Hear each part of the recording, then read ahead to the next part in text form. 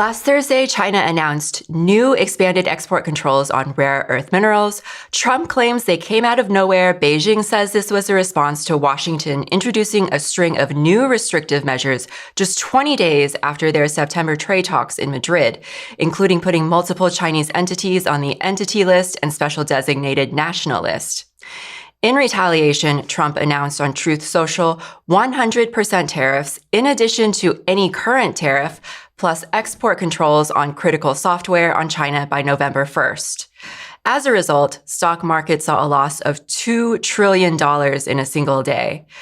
To discuss these new rare earth export restrictions, we are so pleased to have on Arnaud Bertrand.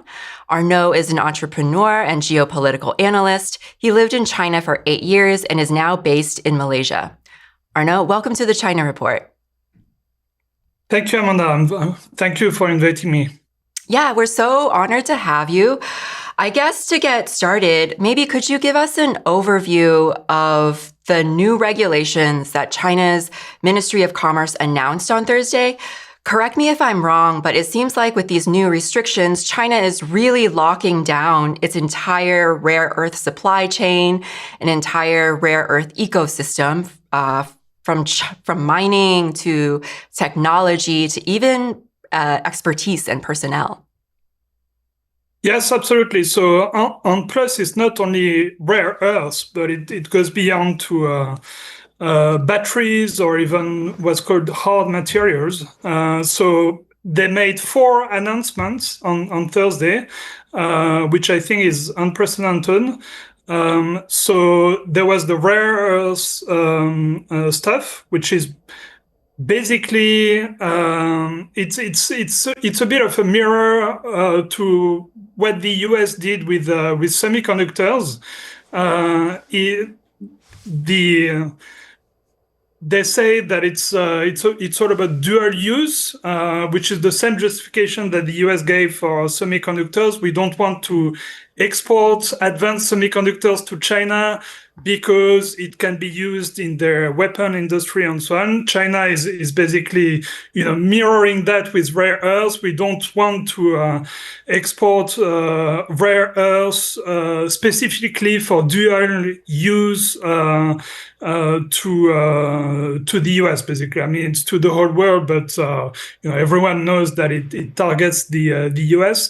But dual use, as we know, can be, for a lot of applications. Like you can push the concept of dual use to include, I don't know, even cars, because soldiers, can use cars, or security personnel can use cars. So it's a very broad thing, and basically at the end of the day, it depends on China's. It's a weapon that they have available and that they can use with the justification of dual use for many things. So it's a very powerful new weapon that China can deploy, basically, where it can cut rare earths for a lot of application.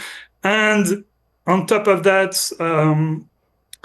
not only it cuts the rare earths themselves, but also anything that enables the West to develop their own rare earth processing capabilities. Right now, the problem is not so much with the supply of rare earths. You can find rare earths pretty much everywhere, but China has almost the monopoly on the refining of rare earths, taking the actual elements from the earth and extracting them, which is quite a complicated industrial process. And there is an entire ecosystem around that, which is dominated by China. And if you want to start doing that processing outside of China in say the US or Europe, either you start from, you have to reinvent the wheel completely, like all the machinery and so on to do everything, or you need China's help. And China basically said with their new export controls, you're not going to get our help, basically.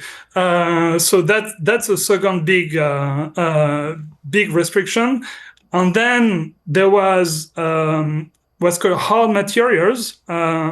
And I think in a way that's even more broad than rare earth because we're speaking about industrial diamonds, for instance. Like, in industry, you use diamonds to cut a lot of things. Like for semiconductors, for instance, the way to cut the actual wafers of the semiconductors is with industrial diamond, which is a super hard material, which is very good for cutting. And China also has a quasi-monopoly on that. And just like rare earths, they're saying we're going to use that as leverage, basically. And if they do use it as leverage, this is also an incredibly powerful tool that can, halt many sectors in the West. And last thing, also batteries.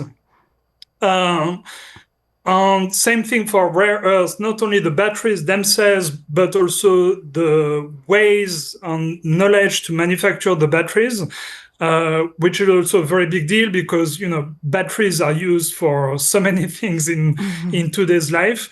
So we're only speaking about, the most advanced type of batteries, the type of batteries which are used in electric cars or advanced electric drones and so on and so forth.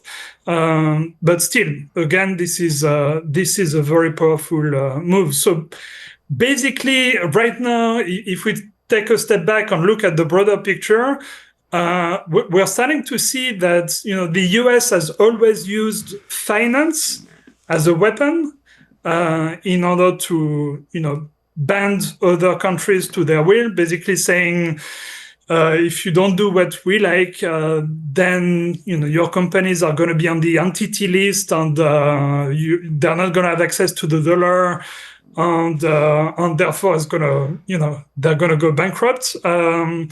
Or we're going to do that to your entire country, like they did to Venezuela or Iran, and then you're going to have an economic crisis and so on and so forth. So the US has that, and China now basically has supply chains. So they're saying, as a response to the US, basically we control supply chains in so many sectors, and we're gonna start using that, and that's going to be extremely impactful as well because we can kill entire sectors of your economy.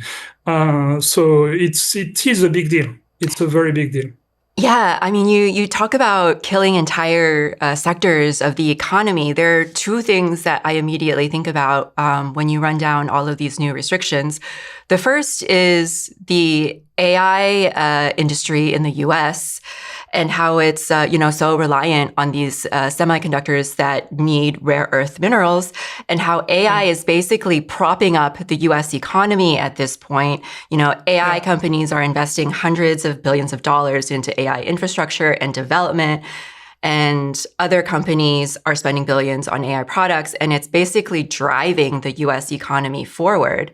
So that's one thing I think about. Another thing is I think about the US weapons industry, the defense industry, and how if these export controls go into place, it's going to suddenly grind that to a halt, which I don't think is, necessarily, of course, it's not a bad thing. But I'm just wondering, like, what are the implications for both the US and the global economy due to these export controls? What are the implications for the US military industrial complex and also for the US war on China? I think the implications is that China is basically a peer competitor that can, hurt the US as much as the US can hurt them.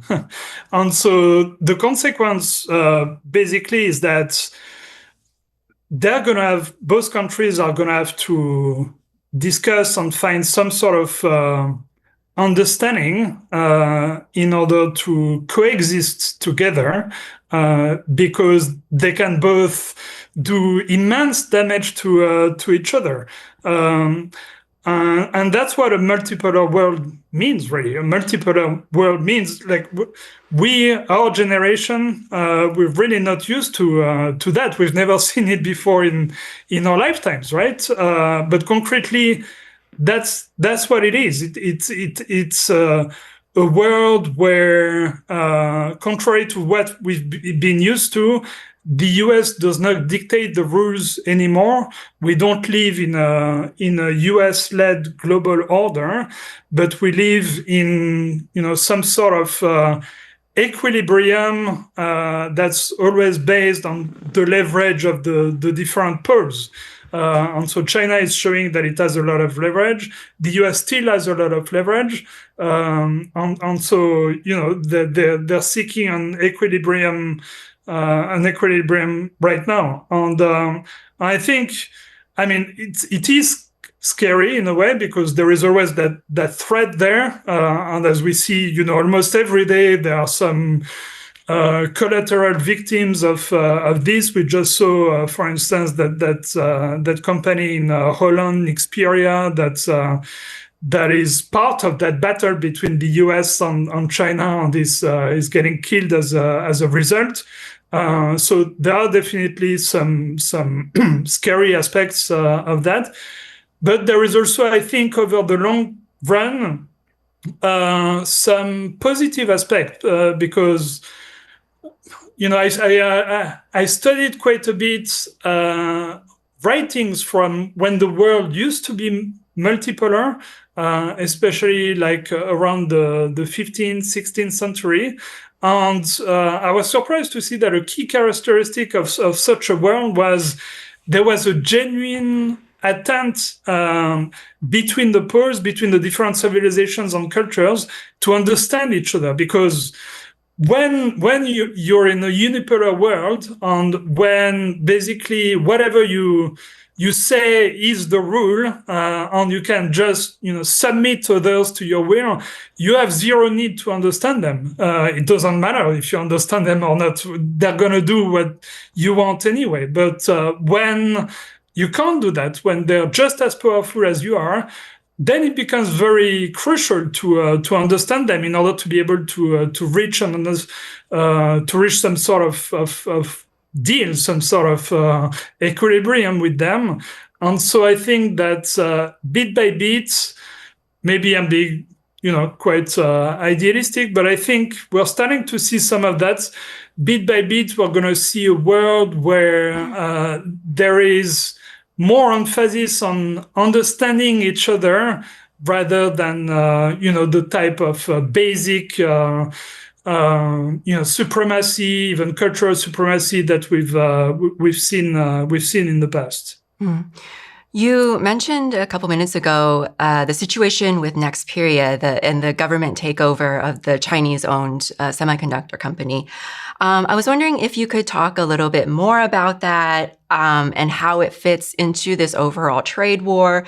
I saw this morning that the Chinese Ministry of Commerce had announced that it had placed export controls on the company and that it's been banned from exporting products to China now.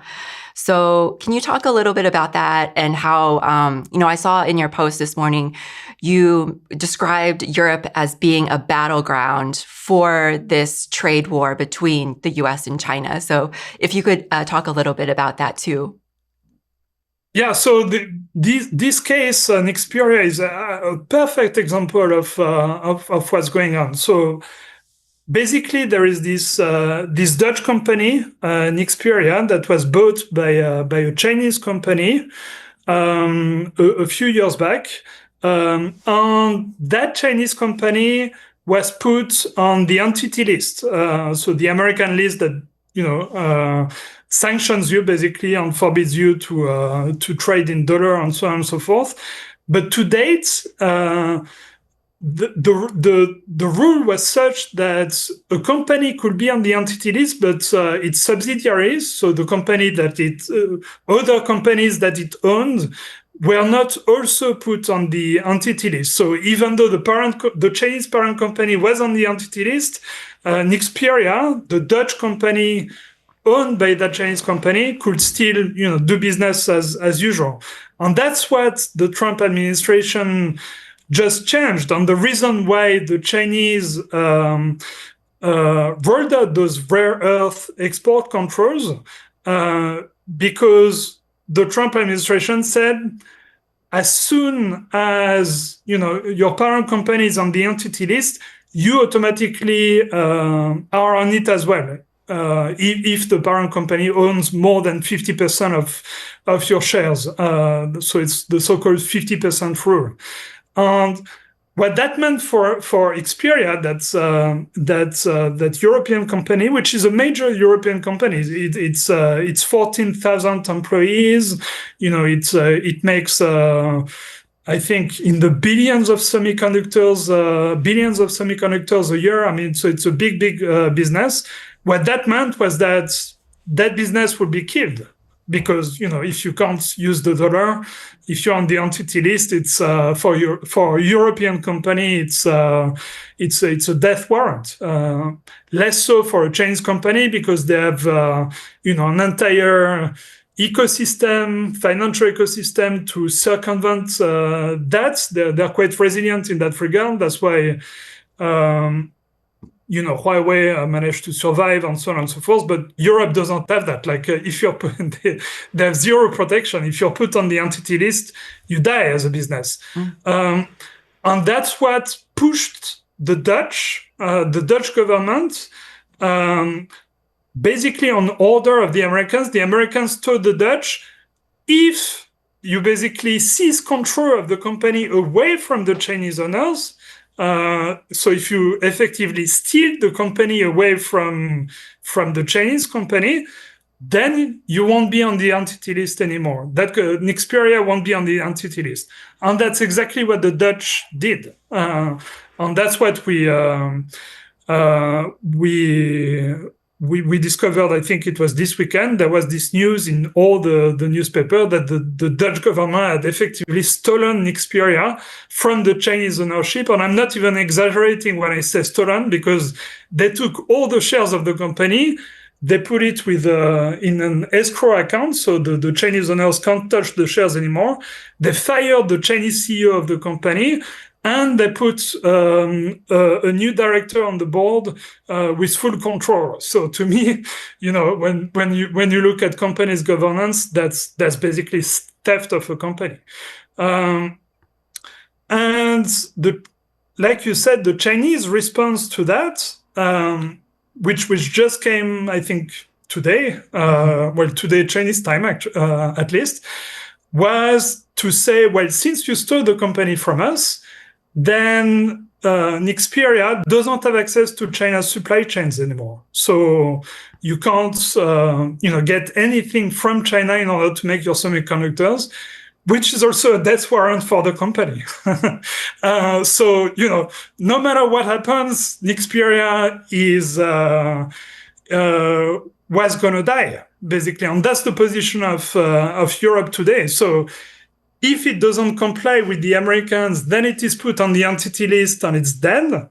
But it complied with the Americans, and then it doesn't have access to China's supply chains, and it's dead.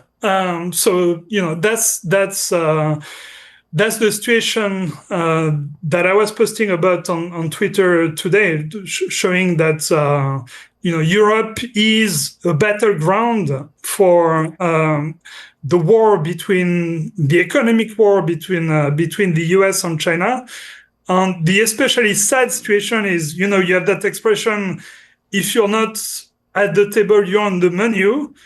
In the case of Xperia, they're not even on the menu at all, because no one is eating Xperia. No, it's just like they crush it and they kill the company. Europe is basically doesn't even have the benefit of being eaten. It's just crushed like a bug during the fight between both giants. That's the status of Europe right now, which is, as a European, pretty sad to see. Mm. So I've been following a lot of commentators on, the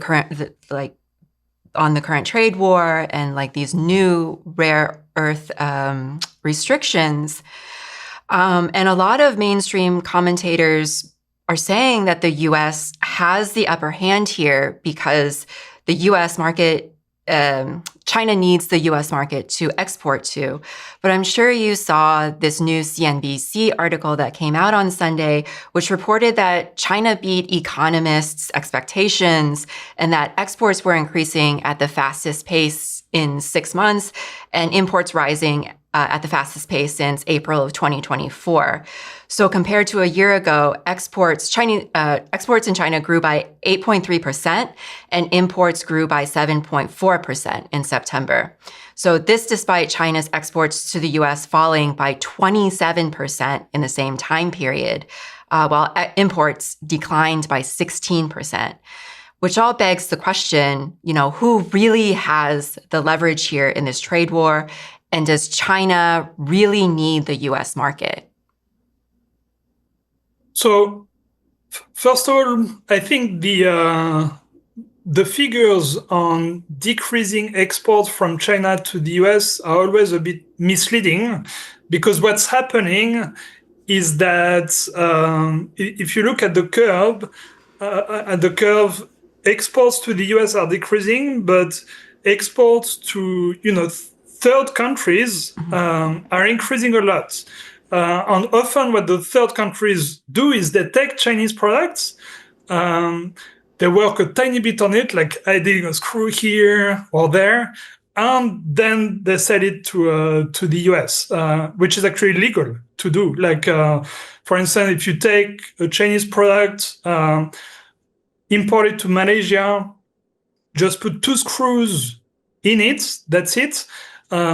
And then you export it to the US, that's a Malaysian product. That's not a Chinese product, according to the rules of trade now. So, that picture doesn't account for that. And so if you took that into account, I'm sure that Chinese exports to the US would actually not have decreased by that much.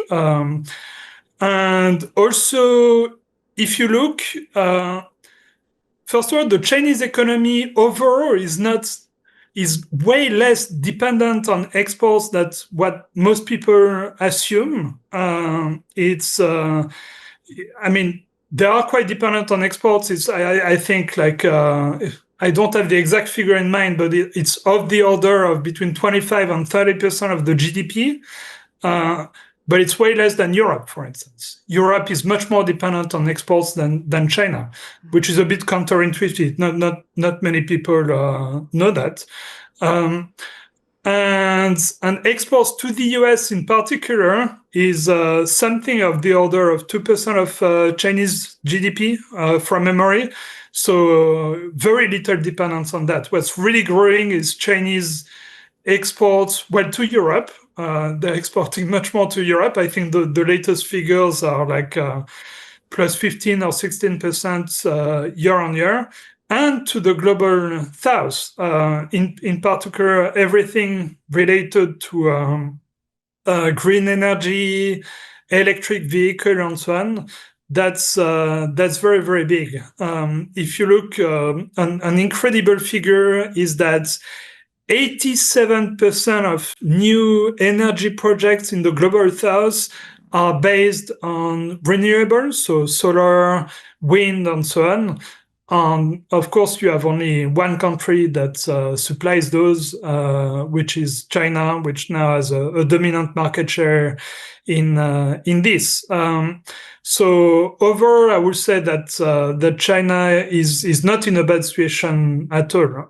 As for the US, I think it's pretty clear that they are quite dependent on China for some things, as we saw with the whole rare earth saga in when was it in May? Almost the entire automotive sector in the US almost came to a halt. So it shows that China's leverage is real in that regard. On the current panic that you've seen in the US after the announcement by China around rare earths shows that there is panic. So it means that it's very worrying to the US, which is the entire point. Well, these new export controls come just a couple of weeks before the Xi-Trump meeting at the APEC summit in South Korea. And a lot of commentators are saying that Beijing announced these new restrictions to use as leverage and in anticipation of these trade talks. But I think a lot of other people are also wondering, why did Beijing wait until now to announce these export restrictions? Like, why didn't they announce these earlier in the trade war? Yeah, so that's indeed a question I've seen asked a lot. Especially, the trade war has been going on for a while now. It actually started in the first Trump administration, and then you had like the semiconductors export control by the Biden administration and so on. So why would China only use the rare earth card now? And I actually studied the question a bit. And it's because up until quite recently, the US actually had even stronger cards to play that would have been very damaging to China. And one of those cards, for instance, is helium. So that's quite unexpected. Most people, wouldn't know helium as a card that the US had, but helium is not only used for party balloons. It's a very essential input in a lot of industries, including semiconductors, by the way. And up until, I think, 2022, if I'm not mistaken, China was extremely dependent on the US for helium, and we're speaking like 90% dependent, or that sort of level. And so if it had used the rare earth, then the US would have used helium, and basically, that's a very, very strong card. And so China, for helium and for a lot of other cards that the US could have played, did an enormous amount of work to reduce their dependence. So I looked into helium. Right now, in like 2 years, they cut the dependence to the US to less than 5%. So it's simply not a card that the US can use anymore. And there has been a huge effort inside China to basically deny the US any card it could play. This is, I think, the main reason why it can use the rare earth cards now. And also, there was a lot of work by China on controlling the supply of rare earth in order to be able to use this card effectively. So, as far as I understand, they have, tracking system with rare earths and QR codes to understand exactly which rare earths go where.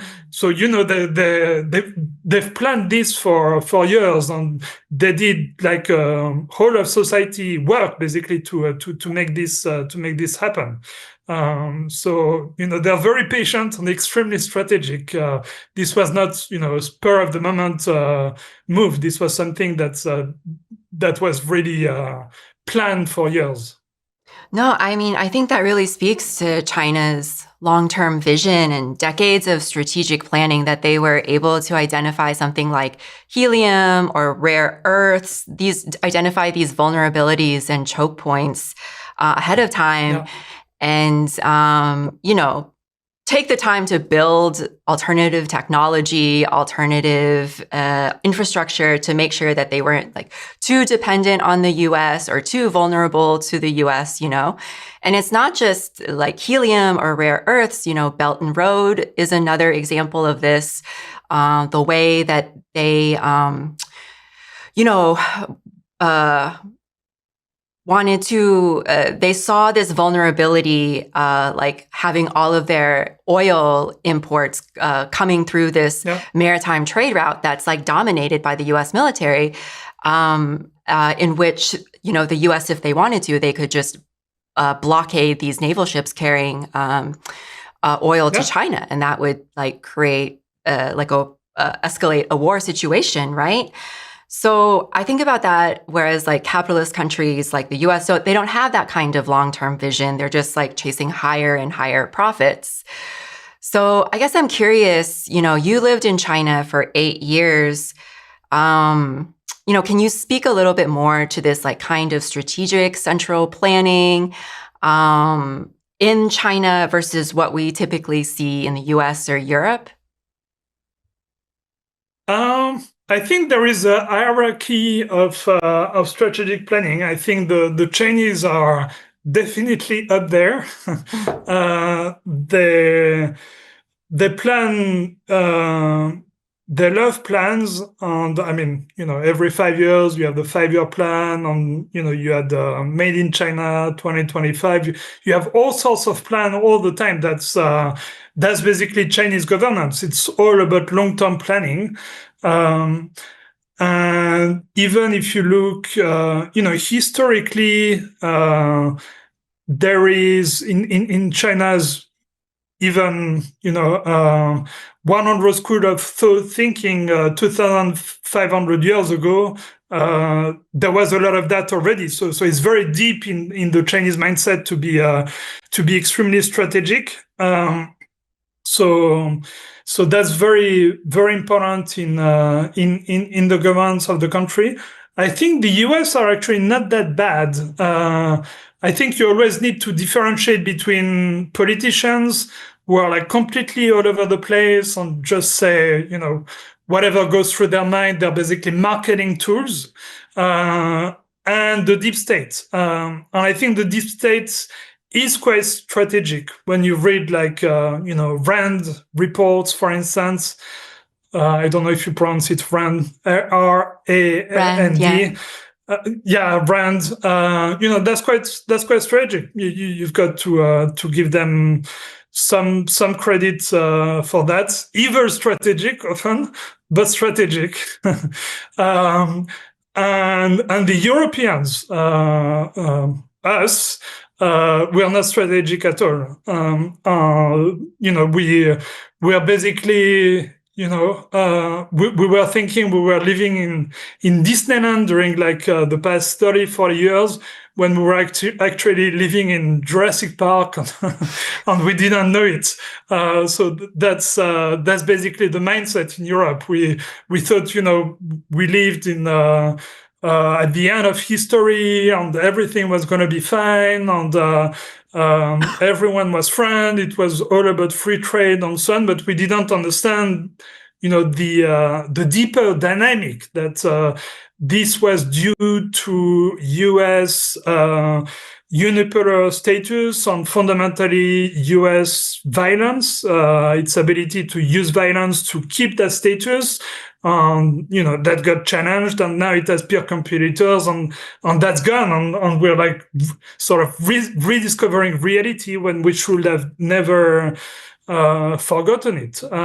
So that's why we have things like Nixperia happening in Europe, when is because we did absolutely zero strategic thinking for decades, and we were so stupid that we decided to be under the protection of one of our biggest competitor, because it's basically the US, which is our biggest competitor, which is protecting us with NATO. And of course, you know, when you protect someone, it's basically a protection racket, and you can make them do whatever you want. So yeah, I think it's in terms of strategy, the Chinese are the masters. The Americans are not too bad, and the Europeans are way behind. And specifically for rare earth, you know, already Deng Xiaoping spoke about it, and I think he even said something to. I don't remember the exact quote, but he said that the US has No, the Middle East has petrol and we have rare earths, or it was a quote like this, like he understood the strategic importance of rare earth already over 3 decades ago. 偷偷告诉大家，我最近发现了新法宝 Royal Face 逆时奇迹系列，它有活肤露、全效精华，还有精华霜。尤其我皮肤比较偏干，所以我非常的注重保湿。保湿做得好，肌肤自然烹饪。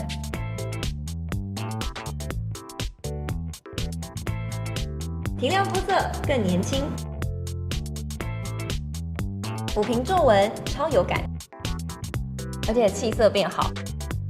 用心保养，每天都更美一点。